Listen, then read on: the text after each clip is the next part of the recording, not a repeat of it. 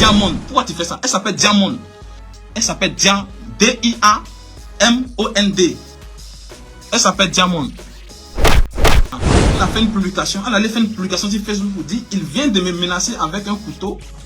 Je dis je donne pas et il a commencé à crier sur moi. Si je sors dans ma voiture, que quelqu'un a repéré la plaque, il va dire mais voici le chauffeur agresseur là, ils vont m'entourer, ça me fait du mal. Elle doit sentir la prison, c'est là. Elle doit sentir la prison.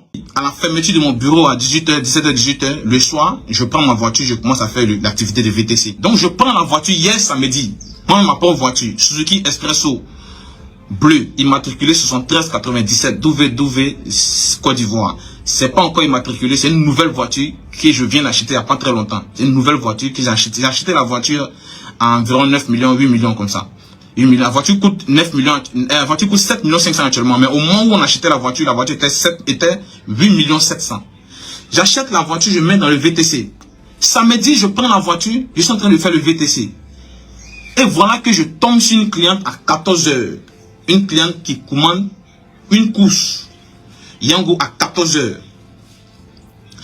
Elle habite au rond-point, dans le quartier du rond-point de comment on dit, du 35e à Angré, vers la Palmeraie, 35e à Angré. Voilà, il y a une mosquée là, et c'est là qu'elle habite.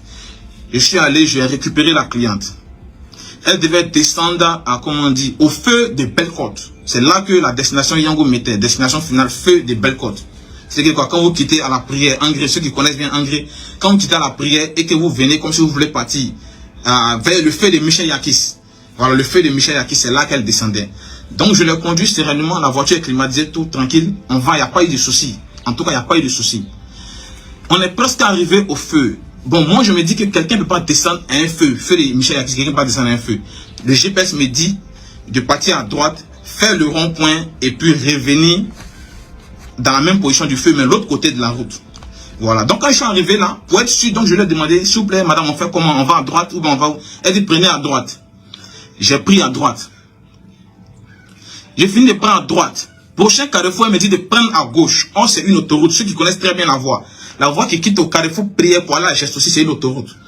Quand tu prends à gauche, tu te retrouves sur l'autre voie où les voitures viennent en vitesse. Donc, tu ne peux pas rester là. Je prends à gauche et je rentre dans le quartier en même temps. Elle me dit non, tu ne peux pas suivre le GPS. J'ai dit non. Le GPS là, je pouvais le suivre, je le voyais bien, mais j'ai demandé à ce que tu m'indiques. C'est pour ça que j'ai suivi ton indication. Tu m'as dit de prendre à droite, j'ai pris à droite. Et ensuite, j'ai pris à gauche, je suis rentré directement dans le quartier. C'est devenu des histoires. Je dis non, prochainement, là, il y a des gens qui commandent les courses. Ils mettent une destination précise, ou bien ils mettent une destination approximative, et quand on arrive là, ils t'indiquent. Donc moi, j'ai cru que c'était ton cas, puisque tu peux pas descendre au feu, personne n'habite au feu. Moi, j'ai cru que c'était ton cas. Elle dit que pourquoi moi, je parle ciel comme ça? Pourquoi moi, je parle ciel comme ça? Pourquoi moi, je crie ciel? Moi, ici, qui? Donc on est presque arrivé. Heureusement, là où elle devait descendre, il y avait quelqu'un qui avait commandé, il y avait un autre client qui avait commandé par la suite, qui devait monter là aussi. Exactement là où elle devait descendre, il y a un client qui devait monter là. Donc, c'est devenu des histoires. Bon, moi, j'ai pas voulu discuter. C'est comme ça, avant de descendre de la voiture, elle me dit, attends, descends de ta sale voiture, ta vilaine voiture là. C'est là, ça m'a énervé. Parce qu'une Suzuki Expresso, nous sommes à Abidjan ici, hein. On connaît la route des CFAO, on connaît la route des Socida. Tu vas aujourd'hui demander le prix de Suzuki Expresso, c'est pratiquement 8 millions. Tu dois faire l'assurance touriste.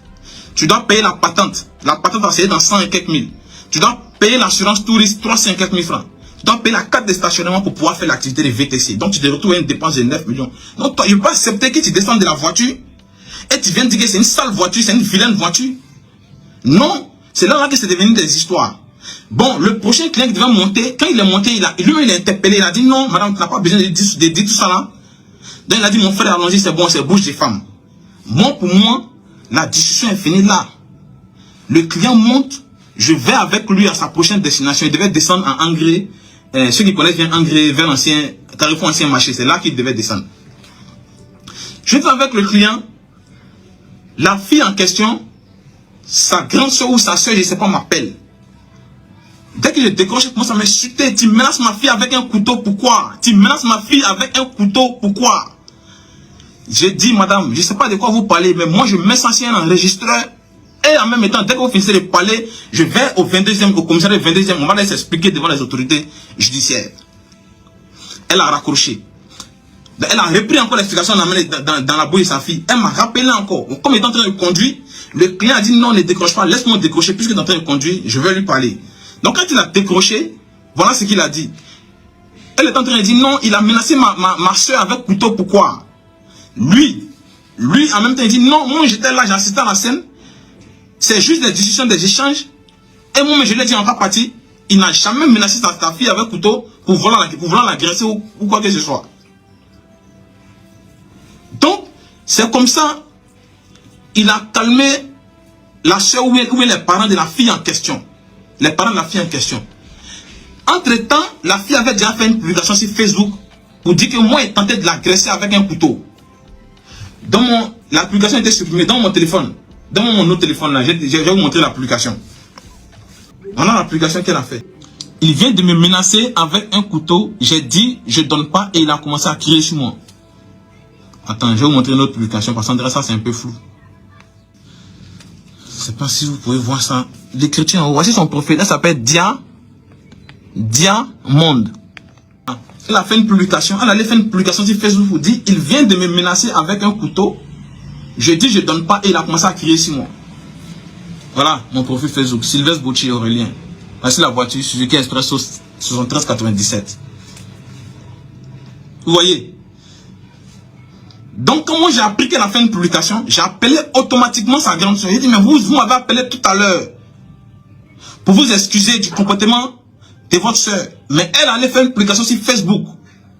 Elle allait faire une publication sur Facebook. Certaines personnes ont déjà fait des captures écran. C'est dans les téléphones. Et ils ont commencé à distribuer ça dans le groupe WhatsApp en même temps. Jusqu'à Eman Ambonon, il a une caméra qui fait un statut et ma photo en évidence. Ma photo est en évidence. Lui, il était étonné, il rentre dans mon inbox général. Ah, est-ce que tu es au courant de ce qui s'est passé chez toi? Il dit non. On vient de publier quelque chose, il faut vous dire que tu as essayé d'agresser une fille. Toi, il t'a agressé, pourquoi? Vous avez son profil, là, ça s'appelle Diamond. Diamond. Vous voyez ça? D-I-A-M-O-N-D. Vous pouvez partir en bas de son profil, vous allez lui demander ce qui s'est passé réellement. Vous allez lui demander ce qui s'est passé réellement. Elle va vous dire la même chose. Elle s'est cachée, elle a supprimé. Mais les gens ont déjà fait les captures d'écran. Hein? Les gens ont déjà fait les captures écran. Les gens ont fait les captures écran déjà. Donc ses parents l'ont sermonné. Elle est venue faire une publication d'excuses. Si vous partez sur sa page Facebook actuellement, la publication d'excuses est là-bas. Moi j'ai déjà fait une capture écran pour s'excuser. Mais dans ces excuses, tu vois que ces excuses ne sont pas sincères. Parce que les gens lui demandent ce qui s'est passé. Et elle s'amuse. Voilà sa publication pour s'excuser. Elle a fait une publication pour s'excuser. Si vous partez sur son Facebook, vous allez voir la publication pour s'excuser. Voilà. Vous allez voir la publication pour s'excuser. Nous, on a bien, on n'a pas encore réussi, on est en train de brouiller. On n'a pas encore réussi, on est en train de brouiller. Il a fait un cabinet d'affaires et de conseil. Il gère les affaires juridiques des gens. Il n'y a jamais eu d'histoire avec quelqu'un. Ici, dans l'immobilier, on est en train de faire un lotissement à chaque ville. Avec un collectif d'aménageurs fonciers, on a fait un lotissement à chaque ville. Moi, j'ai investi là-bas. Pour pouvoir avoir dans le futur des terrains à mon nom. Il y a mon frère à Daloa qui est dans le même domaine, mon frère Bling et San Carlos qui dirige son cabinet à Daloa.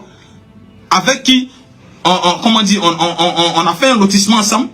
Il a fait un lotissement où on a eu des terrains là-bas. Toi, il vient toi t'agresser, c'est pourquoi? Vous me passez sans dérouler, Yango. Tu viens te foutre de moi? Non, c'est pas comme ça. Hein? Donc c'est cette vérité-là qu'il voulait rétablir. Les gens m'ont appelé, il y a des amis qui sont commissaires. Il dit non. Il dit non. Ça là, tu ne peux pas laisser ça comme ça. Elle doit sentir la prison, c'est là. Elle doit sentir la prison. Il dit non, il faut qu'il réfléchisse d'abord. Mon ami qui est commissaire de police, il fait une plainte régulière. Moi, je fais plainte pour les gens chaque jour. Chaque jour, je suis au paquet. Chaque jour, je suis au paquet. En train de te poser les plaintes là. Moi, je fais plainte pour les gens chaque jour. Moi, je paye déjà ma propre plainte. Diffamation. Propos mensongers. Dégradation de l'image d'une personne. Il peut monter un dossier tout de suite contre toi. Et c'est où tu habites, c'est le commissariat du 35e qui est compétent parce que tu habites au 35e. C'est pas bien de se comporter comme ça. C'est pas bien. Tu vas faire une publication pour me salir. Moi, ici à la maison, je dors. Mon petit frère m'appelle à 3 h du matin. Les amis, mon petit frère m'appelle à 3 h du matin. Aïe! Grand frère, il vient de voir une publication où on me dit que tu as tenté d'agresser une fille. Il dit, moi, quand tu me regardes là, est-ce que moi, je peux faire ça? Il dit, effectivement, tu peux jamais faire ça. La fille, elle allait mentir sur toi.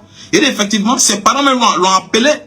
Ses parents l'ont appelé pour lui dire d'aller effacer sa publication et de s'excuser. Elle produit un écrit pour s'excuser, et puis c'est un écrit laconique, où elle tente de minimiser l'affaire et pour se donner encore un genre. Et je suis arrivé à la maison, j'ai vu sa publication, j'étais écœuré. Mais là encore, il n'a pas encore mesuré la portée de la chose. Mais mon petit frère, mec, qui ne sait même pas ce qui s'est passé, il est assis à la maison à Faya, lui m'appelle à 3h du matin, me dit, il a reçu la capture écran aussi, que moi, il est en train d'agresser des filles. C'est là qu'il me s'est mis dans mes états. C'est que ça a pris de l'ampleur. C'est que tous les groupes, moi, ça va bien. Dans tous les groupes, moi, ça va bien ici, là. Moi, Sylvestre Bouchi, mon nom est dans le téléphone des gens en tant que chauffeur agresseur de Yango. Pourquoi? On peut salir, comment dire, on peut salir la vie de quelqu'un comme ça. On peut salir la vie de quelqu'un comme ça. Surtout dans le mois de décembre, où il y a des gens qui égorgent des gens n'importe comment. Moi-même, maintenant, où elle a fini de faire sa publication, puis ma photo dans le portail des gens, là. Et c'est plus en sécurité. Parce que si je sors avec ma voiture, tout le suite, même pas sortir de la maison. Je dois accompagner un ami à l'aéroport qui doit voyager tout à l'heure.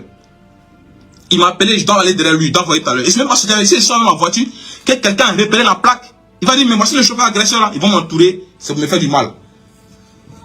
Est-ce que c'est bien ça? Est-ce que c'est bien ça? Hein? Il y a certaines jeunes filles, quand elles montent d'un véhicule Yango, il ne sait pas pourquoi elle veut toujours se mettre dans une logique de défiance avec le chauffeur. Non, c'est pas ça. Certaines jeunes filles, ivoiriennes. Pourquoi tu fais ça? Diamond, pourquoi tu fais ça? Elle s'appelle Diamond. Si vous partez sur son Facebook, vous allez voir, elle s'appelle Diamond. Elle s'appelle D-I-A-M-O-N-D. Elle s'appelle Diamond. Ah, c'est sa photo. Quand vous partez sur le profil, là, portez un habit rose. Diamond, vous allez la trouver. Voilà, Diamond. Voici son profil ici, Facebook, Diamond. Diamond. Comme je vous montre la caméra, c'est renversé. Excusez-moi. Diamond.